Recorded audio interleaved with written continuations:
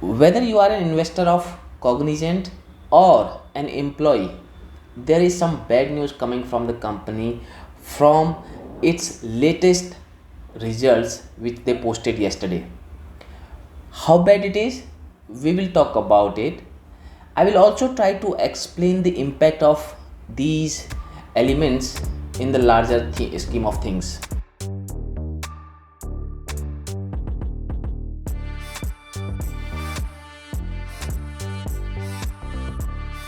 Lot of you want me to come up with more videos, but the reason I am not able to devote more time is not many people really want those videos.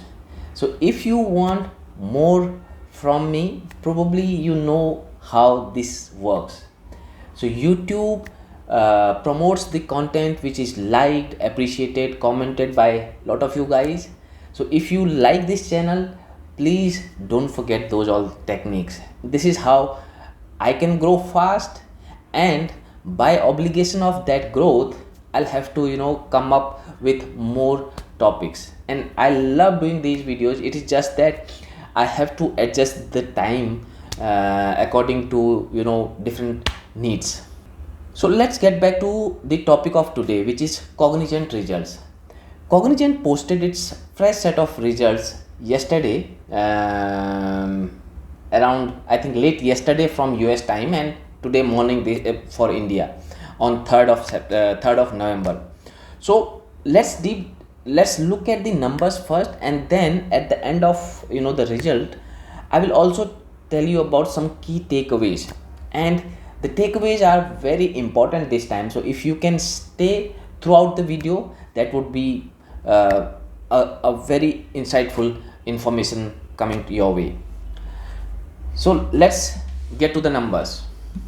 So during the discussion, I will refer multiple sheets from different quarters, because I keep track of Cognizant, and I noticed some of the changes they have gone through, they have adopted, which are not consistent with their practice. So in Q3 FY22 or year 22, their revenues are about $57 billion, and if we look at the performance, it is 16.4. In terms of their operating margins, it's 16.4, and the numbers, I think the operating margins are really good, right? And in Q3 also their operating margin, I think in Q2, if I recall it correctly, here it would be Q2 here, right? In Q2 of 2022, I think their margins improved to about 16.4, and they have been able to maintain that operating margin. But I have some doubts on that number as well, so we will talk about that in a moment. Okay, if you look at the revenue, you need to be careful about this. The revenue has seen the decline, right? A minor decline, and that's not a good news, because if you look at all the major names, all of them have posted strong results, even though they are cautious from the macroeconomic fronts. But so far that has not been seen in their financial statements. I'm talking about TCS, Infosys, and HCL Tech, or Wipro. What terrible, by the way. So not Wipro. So what we see here is in Q2 of year 2022, they did really well, right? And but now they have come down. This is a decline of sequential decline. What's more interesting is that in last 2 quarters, in July and now, they have reduced they have reduced their year 2022 guidance. And earlier their guidance was about 8.5% to about, I think, 10.5 or something like that. Now they have brought it down to about 7% range. So that's a huge change. This has not happened to any other company at the moment except Cognizant. So it is safe to say that Cognizant was late joiner in the party, right? All the companies were enjoying those margins, those healthy revenue gains, into 2021. So by the time the trend started reaching the peak, right, Cognizant then started catching up a little bit, but other companies are still there, but it has started coming down. So this is not a very good sign for any management, and I'm pretty sure management will be very concerned about this. So we will talk about that aspect as well very soon. So let's go ahead and see how their revenues are coming from different geographies. So if you look at here, majorly they are dependent in on North America for their performance, Europe a little bit, and then rest of the world. In terms of their verticals, different verticals, communication and media, so it is going quite decently. Financial services has seen a decline. Financial services has seen a decline, and health sciences is growing minutely, not a huge growth. What's interesting is even the communication and media and technology vertical is also not living up to the expectations. What I was looking at earlier was they were posting about some growth in here, 6% YOY. That means they are comparing the communication department of Q3 communication performance of Q3 to about Q3 here, right? From here you will see there is some growth, $783 million and $739 million, but it is again a decline. If you look at it sequentially, it is again a decline. Now let us look at the booking numbers. Okay, the booking numbers, what we see here is the booking number are bit muted, and they are at the level of Q4 2021, right? So the December 2021 quarter, the bookings are quite same, but I don't see that as a big issue, right? That as a big issue. Their main issue is on the employee front. So let us see how they are performing on employee front. So by this quarter, that means September quarter, they have about 350,000 employees on roll. And if we look at their attrition rate, it is coming about 29%, which is voluntary attrition, and then the involuntary attrition is about 6%. Okay, so the total is about 35% attrition rate. Last quarter this was about 36%. The quarter before it was about 31%. This number which you see coming down is as a result of only voluntary attrition. They separated out the involuntary attrition. That means some of the people who they are throwing out. Okay, some of the people might be retiring, so probably, but this percentage is quite high. 6% people are going through involuntary attrition is quite remarkable, because that means every year about 20,000 people are leaving company involuntarily. That means either they are retiring or they are forced to go. That's not a good sign again. If you look at their utilization ratio means how long an employee remains on the bench without being billable. About 17-18% of the time employees are non-billable. Now we talked about this number, the guidance. They have revised their guidance downwards. How much? If you look at their Q4 guidance, that Q4 guidance is their about 1.2 to 0.2% to 1.2 range. That's not even, I should say, growth actually. So it's a downward revision, right? And the total revenue they are expecting is about $19.3 billion for this year, which will be about 4.5% to 6, or I think 7% growth constant currency terms. So they are playing with these terms, constant currency and in normal growth. This is tricky. So if you want to see how wrong they have been, let's go to Q1 of this year, right? So in Q1 of this year, which is 2022, they said they will have a revenue of $19.8 billion to about $20.2 billion. So they were expecting they may touch $20 billion. In the Q1 they said in constant currency term, their growth will be 9 to 11%, right? I spoke about that 8.5 to 10.5 range, so it is actually 9 to 11%. But in reality, by the time of Q3, their constant currency growth is coming about 7%. It's much lower than their lower band, about 9%. So it is much lower than that, so it's 200 basis point down from there.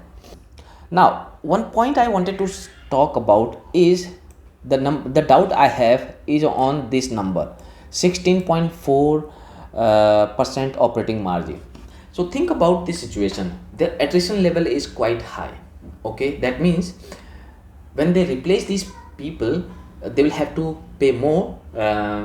They will have to pay the commission to the hiring agency, recruitment partners, and all that. That means the cost of retaining employee has gone quite high. So why? Because if somebody resigns and they want to retain the employees, they will have to pay more, and also the cost of hiring has gone manifold. Okay, not everybody wants to join the company. What this indicates is, and important is, the utilization ratios have also not gone not increased. On top of that, the currency headwinds, that means the decline in the global currency because of the macroeconomic environment, that is all putting pressure. And I was reading the comment from Brian Humphries that the currency headwinds is causing a lot of disruption for the company. But how are they able to maintain this 16.4% operating margin? I'm not sure if this is some clever trick, right?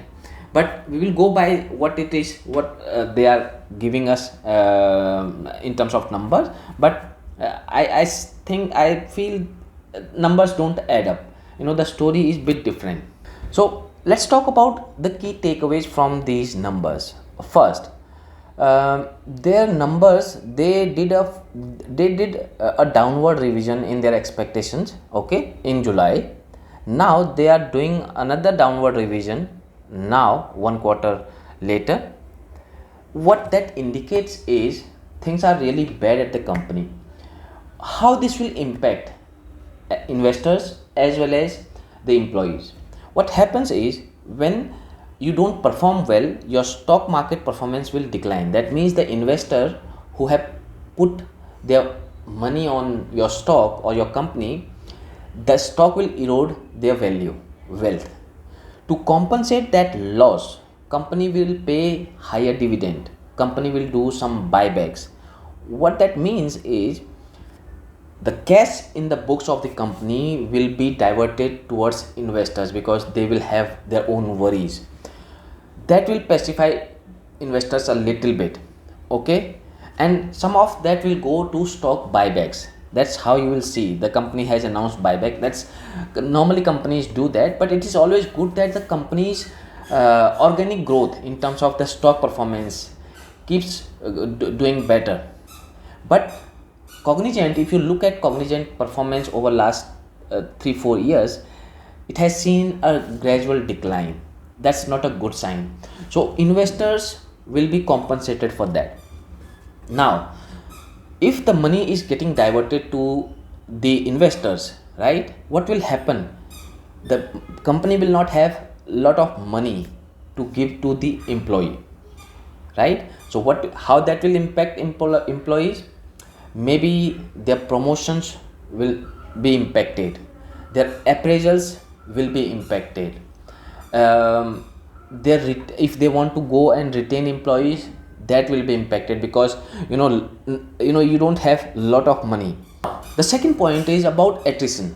Despite their claims that attrition will come down, the attrition has been in mid-30s, right? And this is worst performance by any IT company for such a long period of time. So another point which I have already touched about, their operating margin numbers which they are quoting, I have some issue with that, and I have explained you that.